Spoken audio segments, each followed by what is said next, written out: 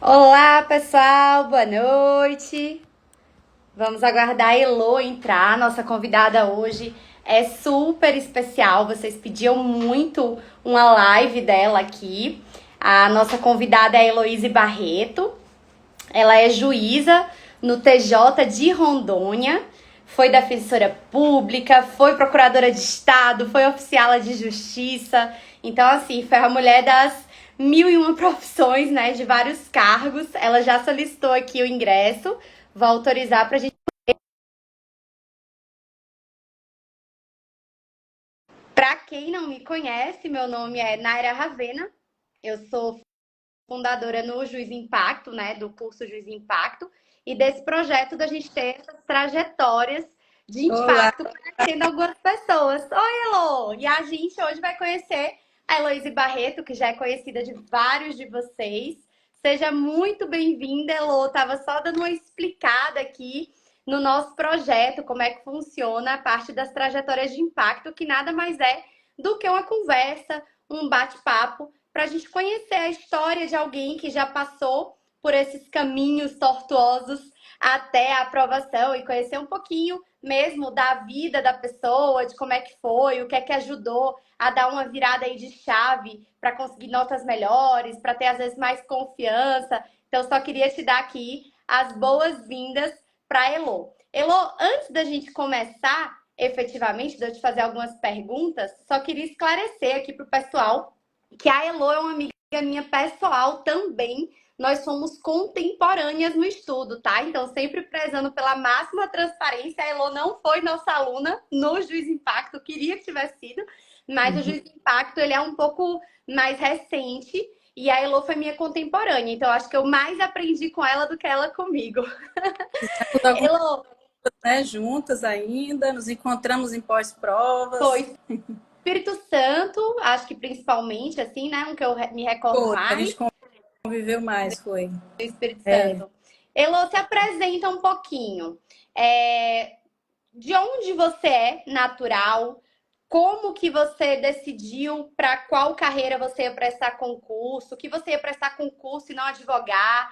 Você já começou no direito ou você tem outra formação anterior? Pessoal que está entrando aí até querendo saber sobre a sua trajetória. Como é que isso aconteceu? E aí depois a gente vai desenvolvendo o papo um pouquinho Tá. mais. Bom, a minha história é muito grande, né? Então eu vou ter que resumir bastante aqui, senão vai demorar, não vai dar tempo aqui de falar tudo na live. Então, assim, se eu estiver me estendendo, você me dá uns cortes aí, vai me dando umas dicas que eu não estou muito acostumada a fazer live, entrevista, então estou um Fique pouco super à vontade. nervosa, estou respirando aqui para ficar tranquila. Prova oral, prova oral. Oral, prova oral. Bom, gente, a Naira falou meu nome, né, Heloíse. Eu fui criada no estado do Acre, né? Meus pais foram para o Acre assim que eu nasci, eu tinha meses de vida, era um bebezinho de colo. Eu nasci, na verdade, no interior de São Paulo, em Ribeirão Preto, mas eu nunca cheguei a morar lá. Eu nasci e meus pais foram para o Acre. Então, eu fui criada lá, fiz a escola lá, fiz a faculdade lá, a Universidade Federal do Acre, que é a UFAC, né? Me formei em Direito, foi só Direito mesmo que eu fiz. Mas eu comecei, vou falar só rapidinho assim, de antes de fazer concurso, né? Meu primeiro emprego com 18 anos, muita gente não sabe, mas eu fui recepcionista de mecânica de uma concessionária de carros Eu não da sabia. Volkswagen. Foi meu primeiro emprego. E aí, mas durou pouco tempo, enfim. Aí eu comecei depois a fazer já redação, prova de redação, de datilografia, fui secretária no SESI, foi meu segundo emprego. E logo em seguida surgiu um concurso público, que era para uma empresa pública, a Infraero, que administra alguns aeroportos, né? E tinha uma vaga lá para técnico administrativo. E eu estava ainda no segundo ano da faculdade. E aí a minha mãe falou, minha filha, faz o concurso e tal. Eu olhei, mas mãe, só tem uma vaga, eu nunca fiz concurso. Não, mas faz e tal, que é um cargo bom, já que você quer trabalhar e tal. Eu tinha 19 anos, né? E aí eu fui fazer a prova, era uma prova de português, matemática e conhecimentos gerais. E eu tinha acabado de fazer o vestibular há pouco tempo, então eu consegui passar, passei em primeiro lugar nessa prova da Infraero. E aí não era um cargo assim tão bom, era um cargo que pagava pouco, tinha uma carga horária longa, era cansativo e tudo, eu não queria ficar ali muito tempo.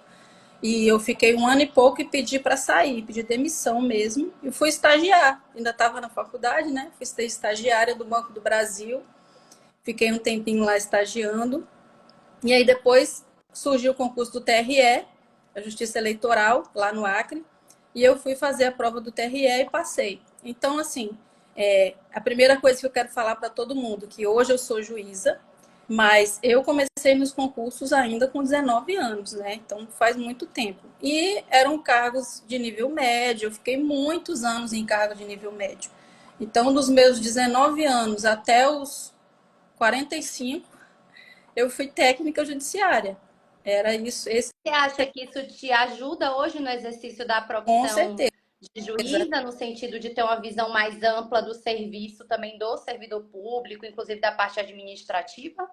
Sim, ajuda com certeza. Eu passei por todas as justiças, né? Eu fui da Justiça Eleitoral, depois eu fui da Justiça do Trabalho, depois Justiça Estadual, no Rio de Janeiro, e depois Justiça Federal, no Rio de Janeiro, sempre como técnica, técnica judiciária, né? No TRT, que eu fiquei um tempinho como analista, mas muito curto, assim, que logo eu saí porque eu precisei mudar de estado, enfim, essa é outra história.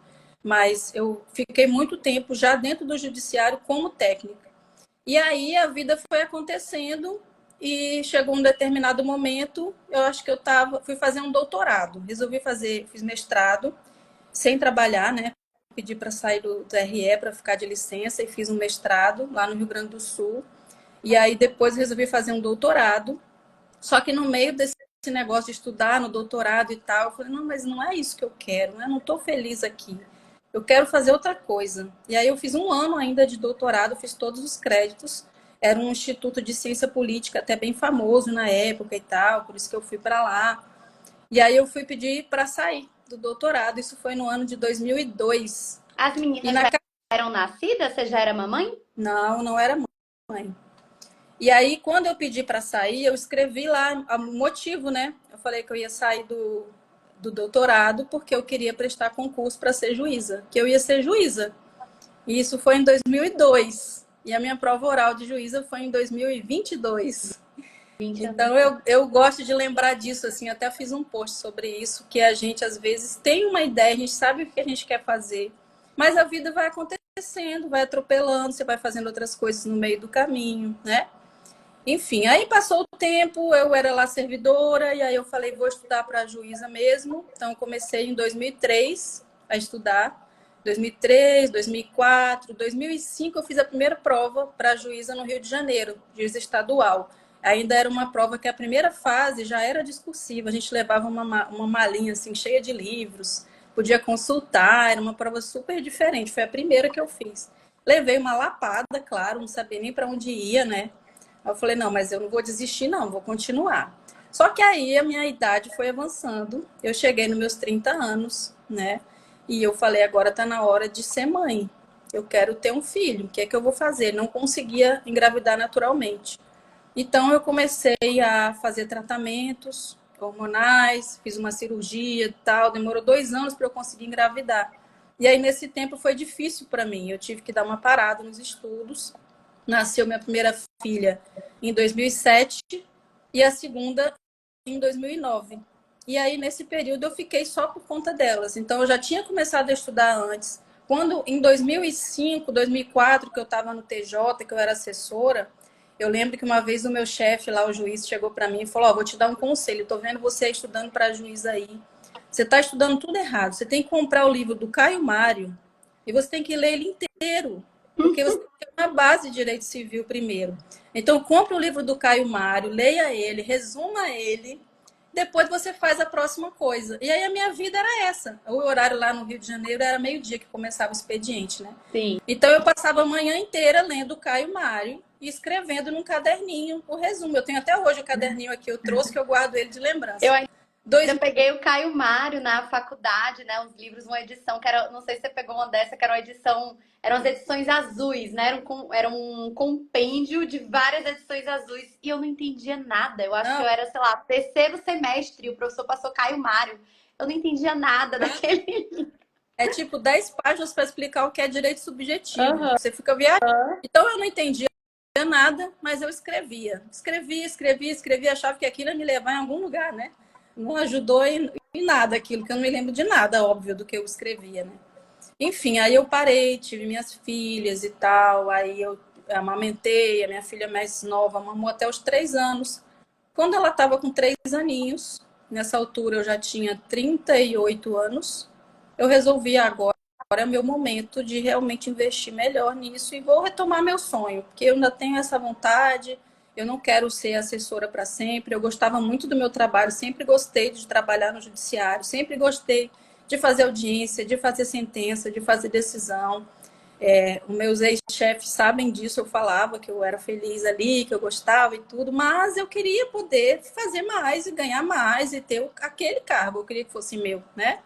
Eu Então, lembro quando a gente conversava assim um pouquinho sobre isso naquela época, né, que a gente não se conhecia tanto, e que você dizia assim, às vezes super empolgado com o trabalho, mas dizia, pô, mas eu quero assinar o negócio que eu fiz, ou então, tipo, eu fiz e a pessoa, né, discordou ali e tal e mudou. Eu queria botar o que eu entendi do caso, do pois é. processo, né, não por ego, mas por assim, eu acho que é desse jeito, né?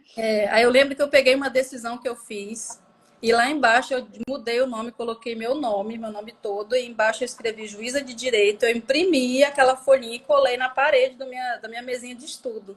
E eu ficava estudando e olhando para aquilo ali, com meu nome, juíza de direito embaixo. Enfim, aí Ai, eu fiquei arrepiada. Mas é porque você falou e veio na minha cabeça, às vezes, quando eu vou assinar ofício, né? O digital não, mas quando eu vou assinar ofício que estagiário, alguém traz com o seu nome ali, te dá a caneta pra você assinar, só caramba, vai estar lá embaixo, né? Defensora pública, juíza de é, direito, enfim, qualquer cargo, mas que você, sabe, parece que dá aquele caramba, sou eu mesmo, né? Tipo, é o meu nome que está é o aqui. meu nome. Então, Aham. aí eu fazia as audiências e eu digitava lá os depoimentos. Quando eu comecei, nem tinha ainda essa história de hoje, que é todo vídeo, né? Tudo gravado. Não era, eu tinha que digitar todo o depoimento. Então eu digitava. E aí eu ficava olhando para o juiz do meu ladinho assim e pensando, um dia eu vou sentar ali. Um dia eu vou estar sentado. Eu olhava para o defensor também, o DPU, né? Que eu fiquei mais tempo foi na federal. E olhava para o oficial de justiça ali também, ajudando. Eu falei, gente, não, mas eu tô no cargo, no lugar que é o menos que eu queria ser, assim. Eu poderia estar ali, eu poderia estar ali. Só promotor, que eu confesso que procurador da República eu nunca tive essa intenção, nem promotor de justiça, que não é uma carreira que me atrai, não me identifico. Mas as outras, eu ficava ali um dia, eu vou sentar naquela outra cadeira ali. E aí foi indo assim. Aí eu comecei a estudar, eu não vou entrar em detalhes aqui agora, né, sobre método de estudo e tal, porque isso é uma coisa muito longa, mas eu fui tentar. Até antes da gente entrar no método, né, nessas conversas, não no método, na verdade, da evolução do estudo, você falou de, eu vou sentar naquela cadeira, eu lembrei, sabe o quê? Você está contando umas coisas que me lembram, me trazem umas lembranças tão antigas minhas também. Eu fui estagiária no MPF. E eu também não queria, né, ser procuradora da República, nada disso, mas eu achava a minha chefe excepcional, assim, linda, bem vestida, inteligentíssima, uma oratória sensacional. Não me dava R$ 1 de ousadia, mas assim, achava aquela mulher, sabe, incrível. Sabe aquela mulher que passa e todo mundo elogia, Ah, da conversa, a postura, tudo. E aí eu lembro que às vezes ela ia fazer umas audiências, umas coisas no interior da Bahia, em Guanambi, eu acho. Gente, aí você falou da cadeira, eu lembrei disso. Sentar no gabinete dela, assim, eu não queria ser procuradora, mas sentar e dizer assim, gente, eu quero ser esse perfil de mulher no sentido que fala e as pessoas prestam atenção. Eu lembro eu sentando na cadeira dela ali, ela tinha uma bolsa daquelas ah, chiquetosas e tal, que eu não conhecia nem a marca na época. E eu lembro eu olhando assim o gabinete falando, nossa, tipo, sabe, assim, de um dia eu quero que o meu estudo sirva para chegar nessa posição, né? Independentemente ali do cargo, no meu caso não era também procuradora de república, nem promotora de justiça, mas eu lembro dessa sensação que você falou, que eu acho que é muito comum quando a gente está na faculdade, no estágio, ou estudando para concurso ali, como parece, né, parece, distante. E aí, como ela era muito séria, eu lembro né? disso. Parece que é uma coisa tão longe, tão. Inalcançável. E Uhum. assim, o meu chefe da Justiça Federal, que foi com quem eu fiquei mais tempo, fiquei 16 anos com ele era um ano mais novo que eu. Então, assim, ele entrou na carreira novo. E aí eu também olhava para ele e falava, não, gente, mas não é possível, eu ainda estou aqui. O cara já é juiz há 10 anos, eu ainda estou aqui, não, eu preciso me mexer, eu tenho que chegar lá também, vai dar certo. E Mas aí, como ele não sei se ele está aqui, é que você lidava com isso, por exemplo, ao contrário, tá? Você, como tipo, se assim? cobrava isso, mas eu imagino que você tenha ouvido o contrário também, assim. O contrário não, né? A mesma coisa, só que num tom não tão legal, num tom mais assim. Ah, deixa isso pra lá. Ah, tá competindo com a galera aí de que tá se formando. Ah, já tem filho. Porque pra mulher o peso acaba sendo maior. Uma hora você teve que decidir. Eu nunca vi um homem dizendo, ah, com 30 anos eu queria ter filho É, e aí eu parei de estudar. Eu nunca vi um homem falando isso. Como é que você lidava com essas cobranças ou alfinetadas ou aquela coisa que a gente sabe que a sociedade tem ainda que silente ali? Isso te afetava de alguma forma? Dava um desânimo de alguma forma? Ou você só usava essa diferença de idade e de postura ali masculina, posição para te motivar? não, eu vou ser bem sincera, assim, não tem como a gente não se influenciar, né? A gente tenta não se influenciar pensando, não, eu vou fazer a minha parte, a minha vida é diferente, eu não vou me comparar com a vida que ele teve, né? Ele teve outras facilidades e outras dificuldades também, que eu sei que todo mundo tem. E, inclusive, isso é uma coisa que eu gosto sempre de falar, gente, assim, cada um tem suas dificuldades, não existe um problema maior ou menor que o outro. Todo mundo tem seus problemas. Então, porque algumas pessoas falam, não, não é porque para você foi fácil, porque você já era servidora. Não, mas eu tinha outros problemas, eu não tinha família perto, eu tive minhas filhas sem ter ninguém para ajudar, não tinha mãe, tio, avó, ninguém perto. Era eu, meu marido, e a gente levava na creche, buscava, se dividia. Então não tinha essa ajuda.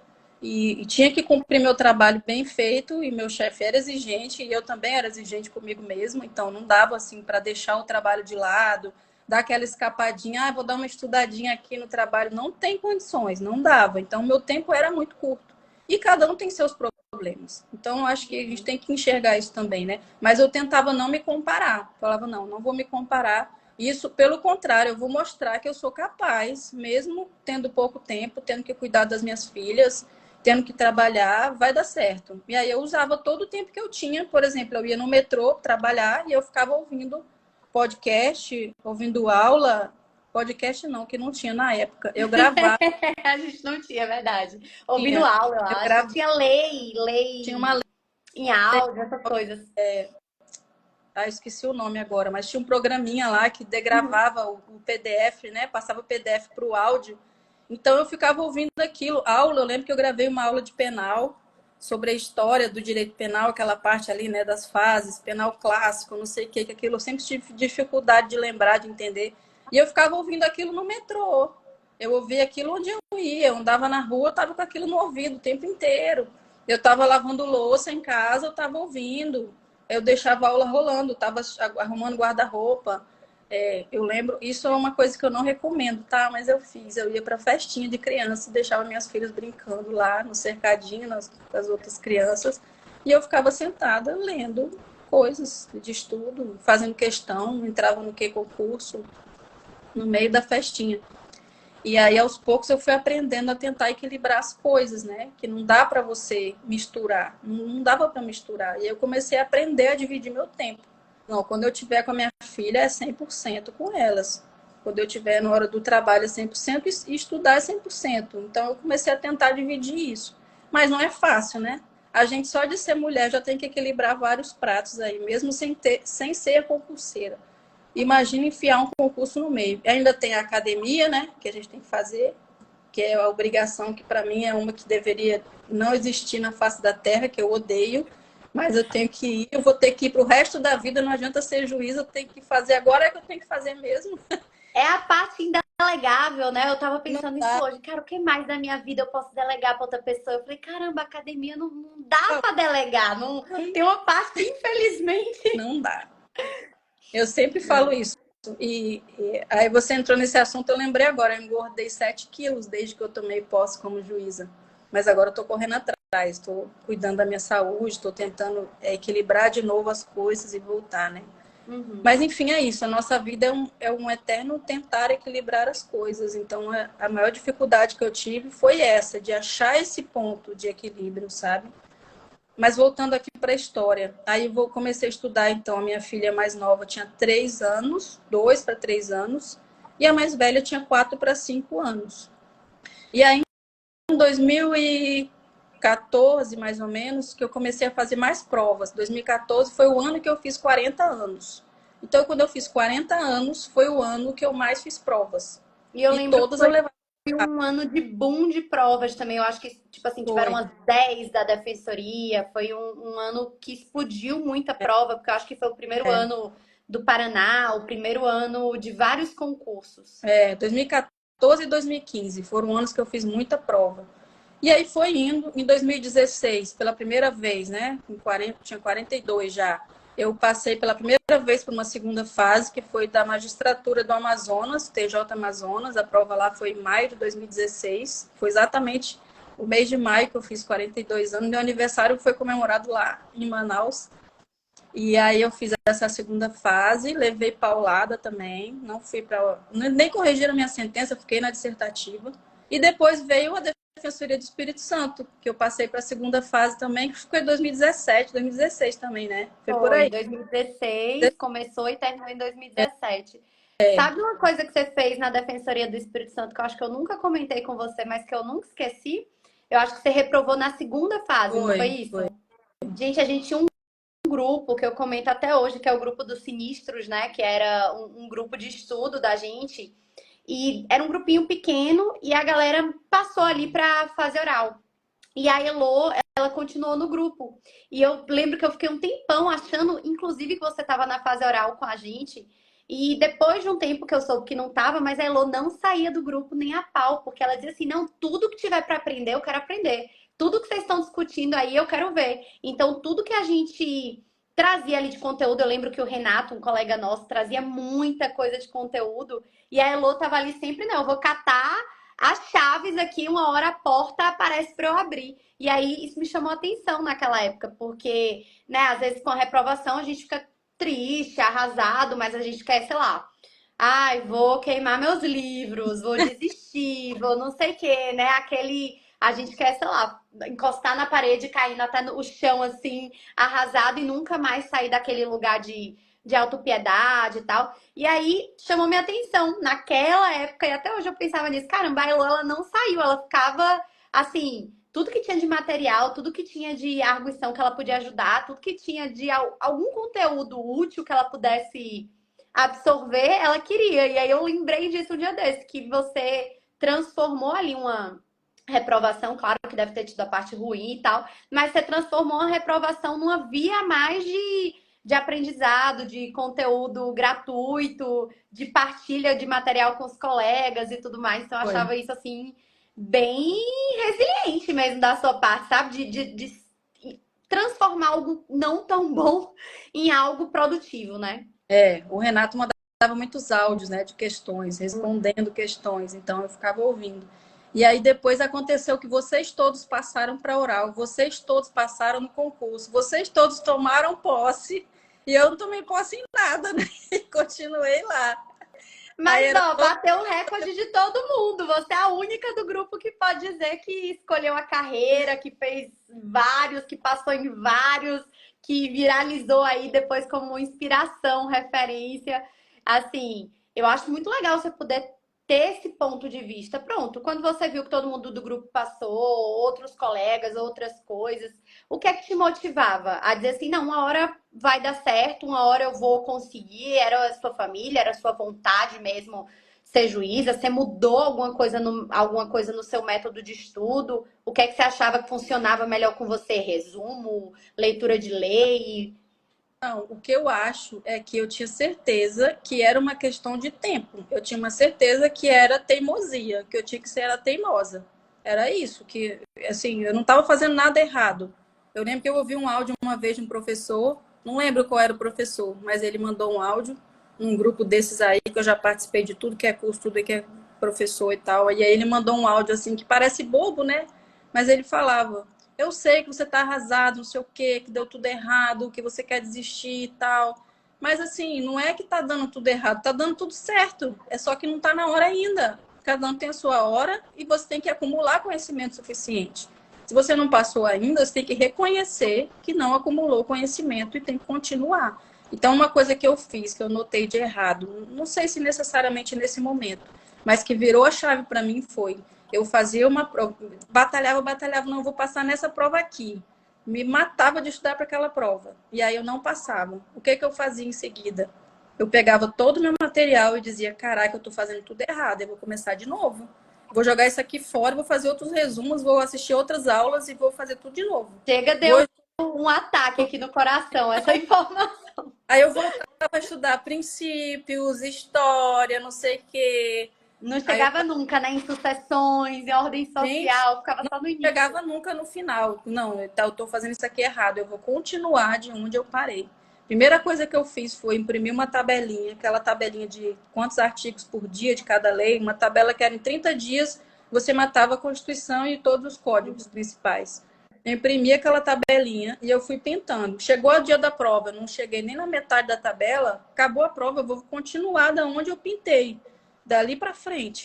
E eu ficava indo e voltando, em paralelo. Eu ficava lendo a lei, assim, a lei seca, e em paralelo, estudando meus resumos ou assistindo uma aula. Cada matéria eu tinha uma forma diferente de compreender melhor. Mas o principal que eu fiz que virou a chave para mim foi isso, foi não recomeçar mais. Foi sempre continuar. Se eu já produzi um material da matéria X e eu parei na página 50, voltei da prova arrasada, acabou, não passei, vou para 51. E foi isso que eu acho que me ajudou muito, sabe? Porque eu comecei a olhar tudo como uma continuidade. E aí realmente foi isso que aconteceu. Depois dessa prova aí que eu não passei, eu fiz a prova de oficial de Justiça Federal, né, que foi final de 2016. E aí eu passei em 14º lugar, 14, e eu achei, vou entrar logo, né? Que nada, demorou mais 2 anos, 3 anos, sei lá quanto tempo. Eu entrei em 2020. A prova foi em 2016, demorou 4 anos para eu entrar. E aí eu passei nessa prova, eu falei, vou continuar, porque eu lembro que foi na mesma época, a segunda fase da Defensoria do Espírito Santo e a prova de oficial de justiça. Quase que eu não fiz a prova por causa disso. Eu, não, mas eu vou fazer. Eu tirei um mês de férias, um mês não, 20 dias, e fui para a biblioteca da PUC, ficava lá na biblioteca nos meus dias de férias, eu o dia inteiro lendo lei e resumo, lei e resumo, lei e resumo. Foi isso que eu fiz. E aí eu errei uma questão de direito. Eu gabaritei praticamente, assim, nunca tinha acontecido isso na minha vida. Aí eu falei, opa, tô fazendo alguma coisa que tá dando certo, né? Vou continuar aqui. Aí veio a prova da DPU também, em 2016, que eu me dei mal porque eu não tive aquela visão de tenho que fazer um mínimo em cada matéria e em cada grupo, né? E não podia, uma errada anulava uma certa. Então eu acertei metade e fiquei com 0, porque eu errei metade do grupo 3. Aí por isso eu fui eliminada da DPU. Que foi o grupo que massacrou mesmo, eu lembro. Que tinha política, sociologia e tal, aquelas matérias mais diferentes, né? Direito penal militar. Enfim, aí depois veio, já logo em 2017, eu fui aprovada na PGE do Acre e fui aprovada na Defensoria daqui de Qual que você Rondônia. tomou posse antes? Eu não lembro. Foi a Defensoria ou foi a Procuradoria? Foi a Primeiro, Defensoria, não foi a primeira? Defensoria foi. Eu fiz a oral em dezembro de 2017, eu fiz a oral da Procuradoria. Em fevereiro de 2018, eu fiz a oral da Defensoria. E em dezembro de 2021, 19, 20, 21, 3 anos e meio depois, eu tomei posse na Defensoria. E aí fiquei 7 meses, 6, 7 meses, e fui para a PGE depois, né? Aí fiquei 11 meses na PGE e aí vim para cá depois, em seguida. Mas foi isso, assim, as coisas foram acontecendo numa sequência e que a gente não percebe, a gente vai evoluindo sem perceber. Mas o que me fez realmente entender que eu estava indo no rumo certo foi isso, eu preciso continuar, não posso ficar toda hora recomeçando esse negócio. Mas em nenhum momento eu parava para pensar assim, caraca, eu tenho 42 anos, e agora eu tenho 43, e agora eu tenho 44 e ainda nada, e agora eu tenho 45. Isso não faz a menor diferença. Ia seguir na vida. Uhum. E assim, eu nunca também, uma coisa que eu acho importante, não tem nenhum projeto meu, não tem nada meu, nada da minha vida pessoal, que eu tenha dito assim, quando eu tomar posse, eu vou fazer isso. Quando eu tomar posse, eu vou ter filho. Quando eu tomar posse, eu vou casar. Quando eu tomar posse, eu vou fazer academia. Quando eu tomar posse, eu vou poder ir para o cinema. Eu vou poder tomar um Uhum. sorvete no domingo. Nada. Tudo isso eu fiz porque eu pensava, eu não sei quanto tempo esse negócio vai demorar. Eu não tenho capacidade de falar, vou investir um tiro aqui, vou ficar só por conta disso até passar. Não, não podia fazer isso, até porque eu não podia eliminar minha vida, né? De mãe, de convivência e tal. Então eu sempre pensava isso, não vou deixar nada para depois da posse. E realmente eu não deixei. Aliás, tem uma coisa que eu não fiz, mas não foi por causa disso, foi porque realmente não tive oportunidade, que foi fazer um cruzeiro. E agora eu vou fazer, vou realizar meu sonho. Muito bom, mas é exatamente, porque eu sempre dizia, né, desde quando eu era concurseira, que eu tinha um ódio, um ranço daqueles memes, né, que a ideia é ser engraçadinho, mas que bota antes da posse, aí a pessoa assim, tipo, acabada, destruída, toda esculhambada, e tipo, depois da posse, basicamente, né, Gisele Bündchen, vida resolvida, vida amorosa resolvida, É, vida corre familiar resolvida, e aí não tudo. é, né? Não é. A gente tem que cuidar da gente agora, porque a vida está acontecendo agora. Você não Exatamente. pode ficar colocar a sua vida dependendo de um momento, né? E num pedestal, não. Quando eu for tal coisa, tudo vai mudar na minha vida. Eu vou virar outra pessoa, eu vou ficar uma pessoa mais bonita, mais interessante, mais inteligente. Não, gente, tem nada disso. E assim, a gente depende das nossas amizades, da nossa família, da nossa saúde, para tudo, né? Então, eu sei que tem visões diferentes, tem pessoas que acham que não. Se você tem 20 anos, sei lá, 23 anos, que é quando normalmente a pessoa se forma, né? Você tem 23 anos, você tem que parar tudo. Não namore, não ache um namorado, não faça nada na sua vida enquanto você não passar num concurso. Eu nunca pensei nisso. Aliás, eu não contei, mas eu me casei a primeira vez com 18 anos. Eu Nossa, estava na foi muito cedo. faculdade. Aham. Bem Então, novinha. eu casei com 18, depois me divorciei com 23. Aí tive um namorado que morei com ele mais 2 anos. Depois casei de novo. Então, assim, nunca fiquei sozinha. Nunca esperei para poder casar quando desse, quando eu fosse, tomasse posse em alguma coisa. Porque, assim, gente, apesar de o cargo público ajudar bastante, que eu já tinha um cargo, né? Mas o salário não era lá essas coisas. Quem é técnico judiciário sabe. Na época ainda era pior. O salário era bem menor mesmo. Tinha gente que não queria ir para o TRE porque ganhava mais como estagiário. Era muito baixo o meu salário. Então, tinha coisas que não davam, mas eu decidi que eu não ia esperar. Não, não vou. Eu quero ser juiz um dia? Quero, mas não preciso parar tudo por causa disso. E a questão de eu querer ser juíza e ter sido defensora e procuradora, muita gente pergunta, né? Epa. Ah, mas se você quer, por que você foi para essa carreira e tal? É porque, assim, eu não tenho uma ideia de que a pessoa só vai conseguir ser um bom profissional ou ser feliz numa carreira específica. Não tenho.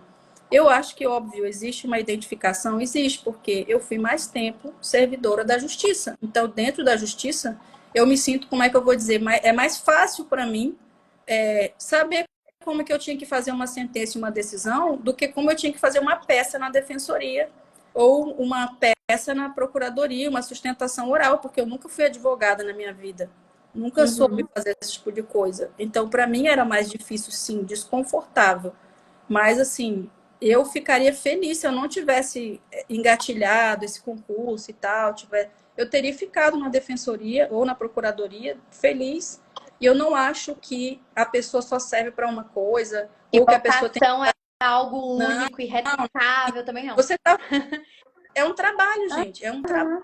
E, claro, tem aquele que tem coisas que são inconciliáveis para você, que para você não vai se sentir confortável, você não vai fazer, porque você não vai ser um bom profissional, talvez. Vai ter que ter um esforço maior. Não E que não. até porque todo o trabalho tem as partes chatas também. Todo trabalho tem as partes que talvez você não se identifique, não concorde.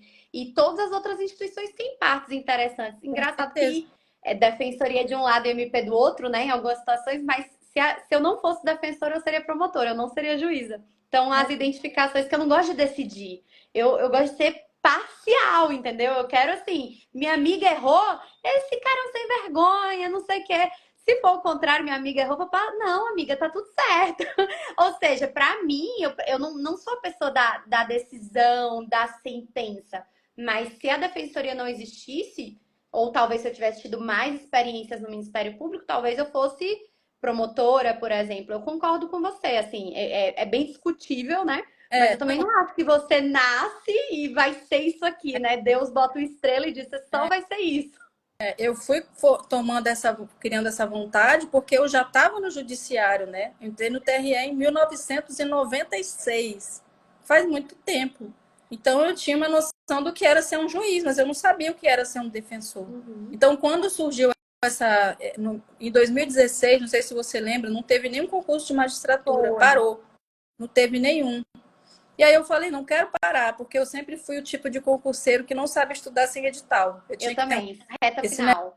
Também. negócio de estudar sem saber quando vai ser a prova. Não, eu não conseguia. Então eu falei, vou tentar, vou fazer defensoria, porque eu me identifico com isso, porque eu gostei da parte de direitos humanos, gostei dessa parte de filosofia, eu estudei muito isso quando eu estava no mestrado e tal, talvez seja legal. E comecei a observar, fui fazer uma visita num presídio uma vez, lá na Justiça Federal no Rio, eu fui num presídio algumas vezes, uma vez só, com uma juíza lá, e aí eu me identifiquei, eu vi aquelas pessoas ali presas, eu falei, não, gente, eu acho que eu ia gostar de fazer alguma coisa que eu pudesse ajudar essas pessoas de alguma forma e tal. Eu comecei a ficar de olho.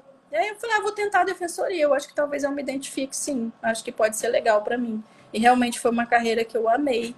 Assim, eu aprendi em 5 meses o que eu não aprendi em 20 anos. Coisas diferentes que eu tinha que resolver, que eu tinha que ir atrás. Foi uma experiência incrível de me emocionar com as pessoas, Tá, sabe? mas como é que você conseguiu passar nisso? Ou seja, como é que você fazia para conciliar, por exemplo, defensoria, um estudo ali de um determinado período até para você passar na defensoria e conseguir procuradoria? Porque defensoria e TJ, nós, assim, meros mortais, a gente até consegue, mas procuradoria, quando entra tributário, quando entra financeiro, legislação estadual, legislação às vezes local também, a depender, né, da parte lá tributária. Enfim, como é que você conseguiu fazer essa migração ou essa conciliação do Tá. estudo de carreiras a priori inconciliáveis? Bom, primeiro, meu trabalho na Justiça Federal era só de fazenda pública. Eu fazia sentenças e decisões de direito tributário, administrativo, ambiental. O meu trabalho era só com fazenda pública, então eu passava a tarde inteira em contato com essas matérias. Isso já foi um ponto que me ajudou, né? Eu tinha facilidade de entender porque eu era obrigada a estudar aquilo para o trabalho. Tinha teses malucas de tributário que apareciam lá, que eu tinha que parar a estudar, e coisas de servidor também, que eu tinha que parar de estudar. Então, tinha essa facilidade. Mas o que eu fiz, que eu acho que funcionou, foi criar uma base muito boa nas matérias que eram comuns, e são muitas. Então, constitucional, administrativo, civil, processo civil e tributário, por exemplo, todas essas têm na magistratura, né? Sim. O que tem de diferente é penal e processo penal não tem na PGE, mas tem na defensoria e tem na magistratura. Então, eram muitas matérias que eram comuns. Aí, o que eu fiz foi consolidar meu conhecimento, assim, focar mais nessas matérias que são grandes e que aparecem em qualquer edital. Porque aí, quando eu tinha que dar uma virada de chave, opa, aqui eu tenho que acrescentar um direito do trabalho. E eu fui percebendo que essas matérias periféricas, elas não eram aprofundadas.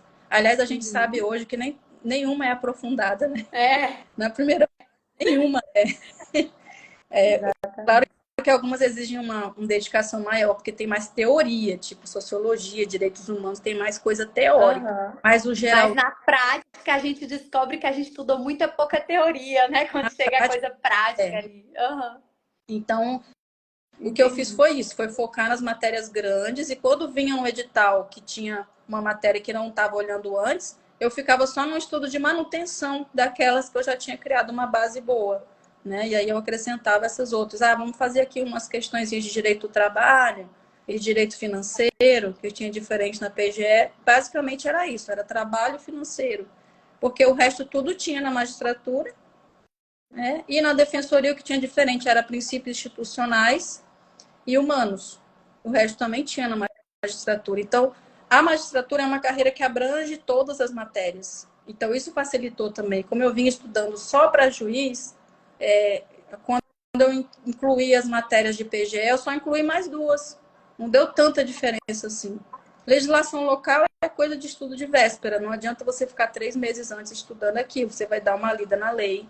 Né? A gente sabe que é uma lida na lei para ver o que tem de diferente da lei federal, dar aquela comparadinha, fazer um esqueminha. E era assim que eu estudava.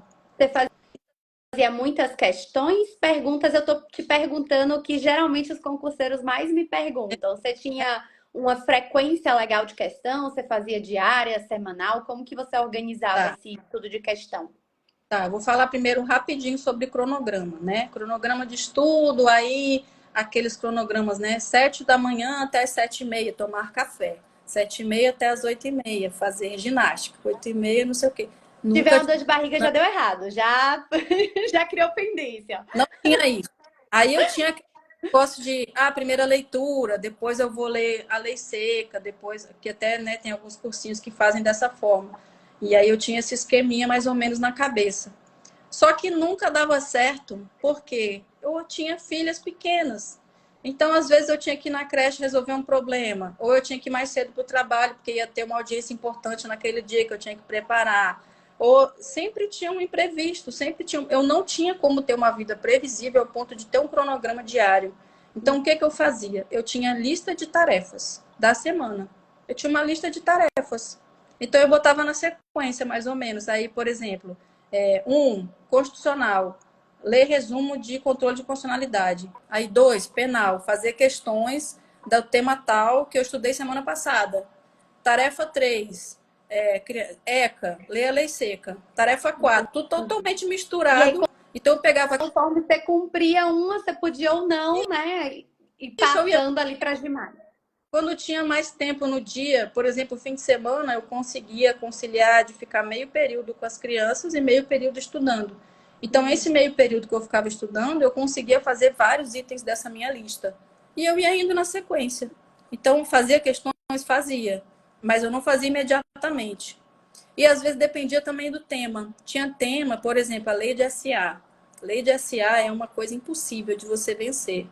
Não tem como. Se alguém me disser que venceu essa lei, pelo amor de Deus, me diz a fórmula, Eu não porque tentei nem lutar não. com ela. Eu já Pois é. me dei Então, convencida de início. essas leis malucas e enormes, eu fazia o sistema inverso. Eu fazia só questões. Eu ia para as questões e, de acordo com o que aparecia nas questões, eu ia respondendo, ia marcando na minha lei e anotando o que eu tinha errado. Né? Eu Entendi. fazia um Você resumo. já estudava só o que você sabia que tinha maior Mas incidência, né? Esse sempre estudo inverso que o pessoal muitas fala. questões. E o meu histórico é todo do lado do que concurso. Desde 2012 eu tenho lá o histórico. Está tudo lá registrado. O meu Eu nunca quis. eu não tive porque eu era mão de vaca, amiga. Eu usava só a versão grátis, mas eu fiz tudo por lá Não, também. E eu acho assim uma ferramenta muito boa. A gente tem parceria nada não, viu, gente? Mas eu acho que é uma ferramenta muito boa porque é muito atualizada, né, nas questões. e outra coisa que me ajudou muito falando de estudo aqui foi me conscientizar de que jurisprudência não tem como enrolar, porque eu enrolava muito no começo. Eu tenho certeza que eu reprovei nessas 2 segundas fases, tanto no TJM quanto na Defensoria Espírito Santo, porque eu não focava em jurisprudência, eu tinha muita preguiça.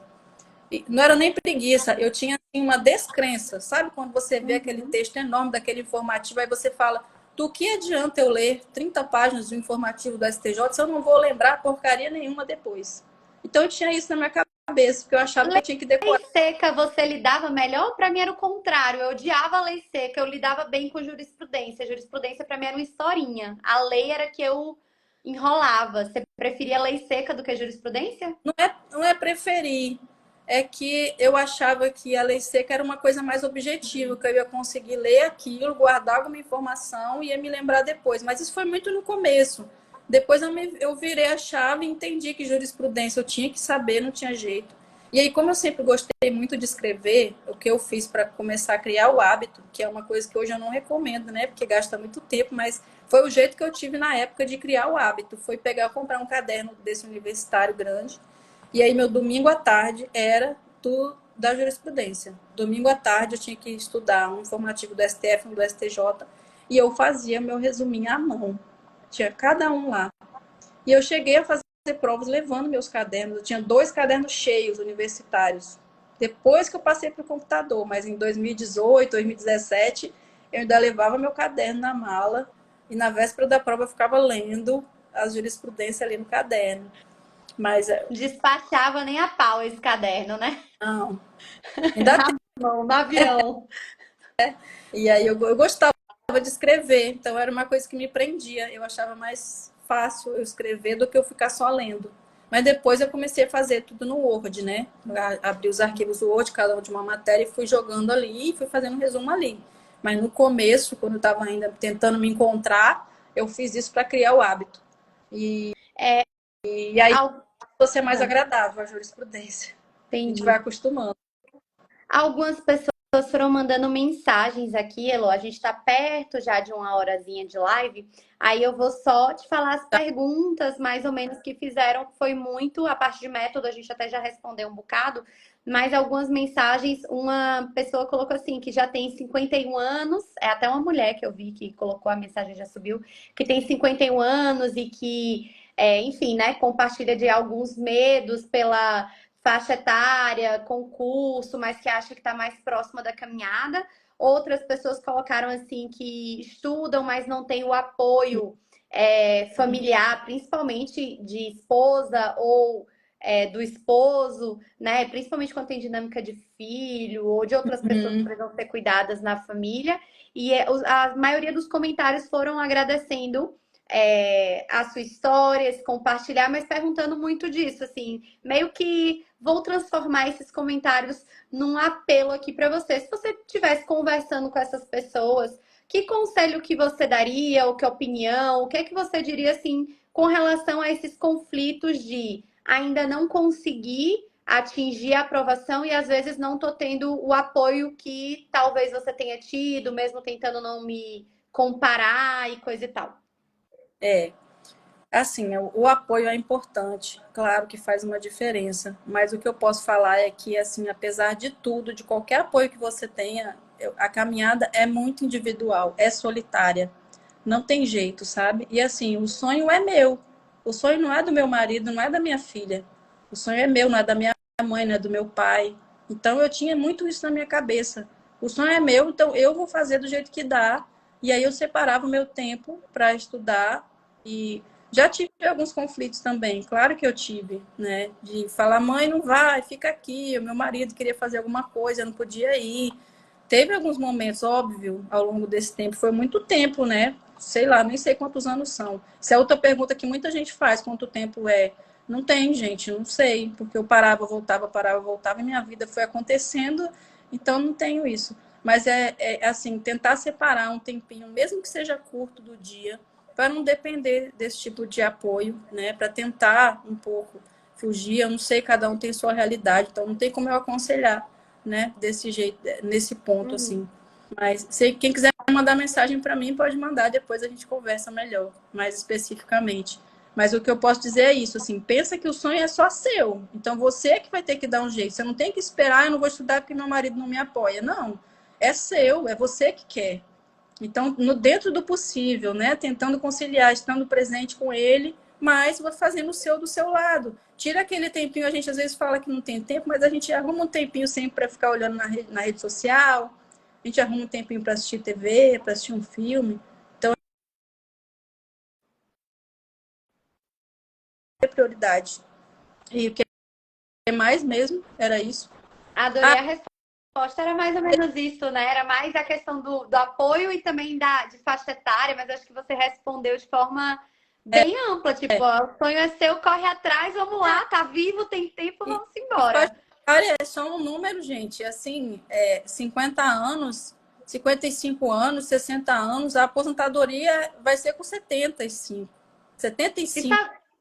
sabe que eu lembrei? Alguém postou no Twitter, eu acho, alguma coisa assim de tipo, nossa, tomei posse com 35 anos, me achava muito velha porque o pessoal da minha turma tinha 27, 26, e aí no meu primeiro atendimento, eu não lembro se era defensoria ou se era promotor de justiça, uma pessoa chegou para mim e disse: "Nossa, você já é doutora? Nossa, você é tão novinha para já ser doutora?" Então é muito isso, né? O referencial, às vezes, ali que a gente adota, às vezes a gente cobra tanto que a gente não enxerga que a gente está ali numa situação que talvez seja muito mais privilegiada do que a gente consegue Eu enxergar acho naquele que momento, né? tem uma vantagem também. A pessoa que já está mais madura, que já teve mais experiência na vida, tem também uma capacidade maior de resiliência, assim, de paciência. A gente consegue se concentrar por mais tempo. A gente tem essa consciência de que o sonho é meu, eu não vou me deixar influenciar pelos outros. Que é uma coisa que quando a gente é novinha, a gente não é assim. A gente quer agradar todo mundo, a gente quer brigar com todo mundo, quer enfrentar o mundo. Nossa, eu lembro hoje que eu brigava por cada bobeira quando eu era jovem. Então a gente tem essa facilidade, sabe? De ter uma calma, de pera, não deu certo agora, mas no próximo vai dar. Vamos lá, vamos continuar. Faltaram 5 questões para mim, eu tenho que revisar essa matéria aqui, no próximo vai dar. E assim, a regra é reprovar. Isso é outra coisa que a gente tem que ter em mente. A regra é não passar. Quando você passar é porque o negócio já deu certo, já acabou. Então, enquanto não passou, não, ainda não chegou a hora. E tem que só continuar, né? Acho que é meio isso daí. Alguém perguntou aqui se eu estudei por livros.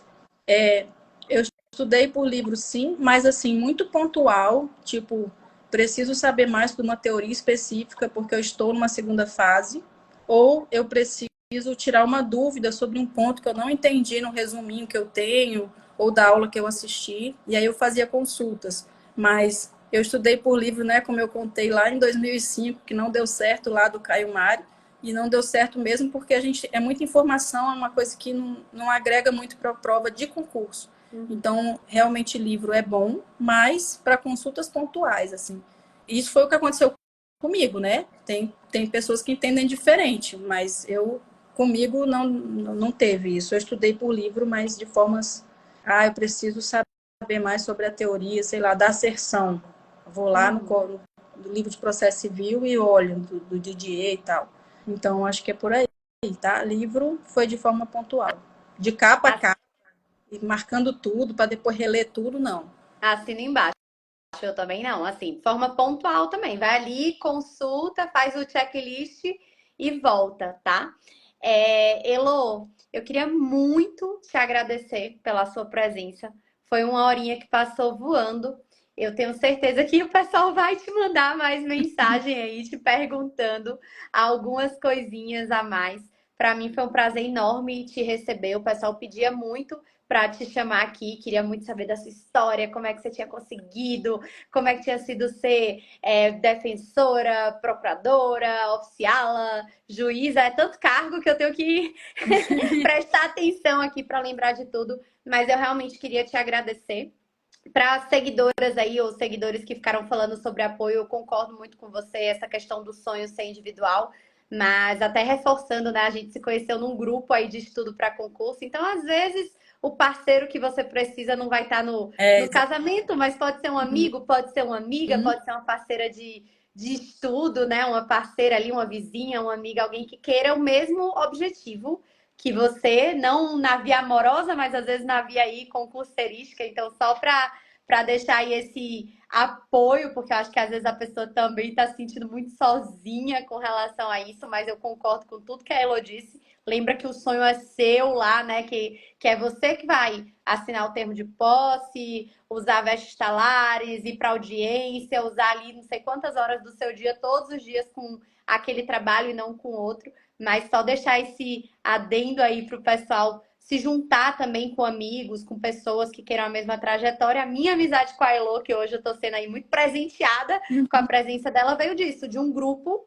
em 2015 no WhatsApp. Então, eu só queria mesmo te agradecer, dizer o quanto eu te admiro, né? Sempre digo o quanto você é uma inspiração enquanto tudo, enquanto mãe, a gente compartilha aí um pouco das nossas vidas pessoais, vez por outra, enquanto profissional. E o pessoal nem sabe, mas a Elon, na época, chegou a ter não é um curso, né? Mas um programa de empreendedorismo na época também com a parte de legislação, né? Ela desenvolvia uns materiais muito legais e na época eu nem pensava. E eu falava, nossa, Elô, não, que trabalheira. Ela, não, é legal, ó, faz a lei aqui e tal. Então, muito antes de eu começar, a Elo já fazia materiais, já disponibilizava. Então, eu só queria mesmo assim dizer que você é inspiração no que você fez e no que você faz, principalmente como mulher. Então, só te agradecer, tá? Obrigada. Te deixar os minutos aí para você falar o que você quiser e se despedir do pessoal também. Não, eu também queria agradecer a oportunidade. Eu estava bem resistente, né, a fazer live. A Mari já tinha me chamado várias vezes. Mas aí eu pensei, se dá para eu colaborar com alguma coisa, né? Estou disponível, vou fazer. E assim, quem quiser conversar, me mandar mensagem, às vezes eu demoro um pouquinho a responder, né? Porque eu tenho agora muitas coisas aqui, outras para cuidar. Mas eu estou à disposição, eu gosto de ajudar porque eu fui muito ajudada. Então eu quero essa palavra final aí que a Naira falou. É importante você ter companheiros de jornada nessa vida de concurso, porque isso ajuda demais, assim. Mas escolha as pessoas certas, tá? Não vá para a pessoa errada, não. Porque também tem uns grupos aí que só atrapalham, que só te colocam para baixo. Então você tem que encontrar as pessoas certas. Não adianta você entrar num grupo de 500 pessoas que falam um monte de abobrinha, né? Você tem que achar as pessoas que realmente estão a fim de estudar sério, que querem te dar um apoio, que tem esse espírito assim de companheirismo e que não quer concorrer só com você ou fazer comparação de vida e tal, de estudo, e não quer saber sua nota, né, para depois ficar falando mal.